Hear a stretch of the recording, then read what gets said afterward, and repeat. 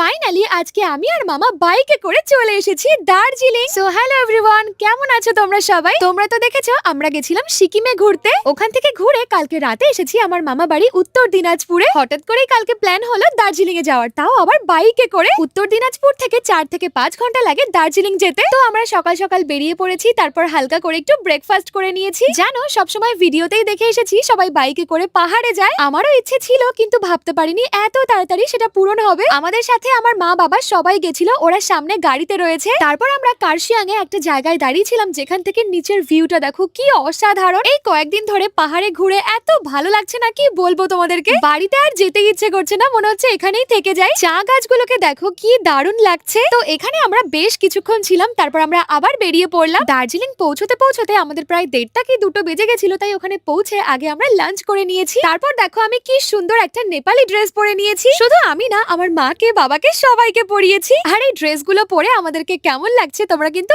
অবশ্যই কমেন্টে জানিও। এদিকে দেখো টয় ট্রেন চলছে, আর এই ড্রেসটা পরে না আমার ভীষণই ভালো লাগছিল। এখানে এসেও না তোমাদের অনেকের সাথে আমার দেখা হয়েছে, খুব ভালো লেগেছে। তারপর বেশ কিছুক্ষণ পর সন্ধ্যের একটু আগে আমরা বেরিয়ে পড়েছি বাড়ির উদ্দেশ্যে। এই যে সূর্য ডোবার যে ভিউটা দেখো কি সুন্দর। পাহাড় থেকে ফেরার সময় আমরা দারুণ টেস্টি মোমো খেয়েছিলাম। আজকের দিনটা সত্যি ভীষণ ভালো কেটেছে। আবার আমরা নেক্সট টাইম বাইকে করে পাহাড়ে আসবো। তো আজকে এই পর্যন্তই, দেখা হচ্ছে পরবর্তী ভিডিওতে।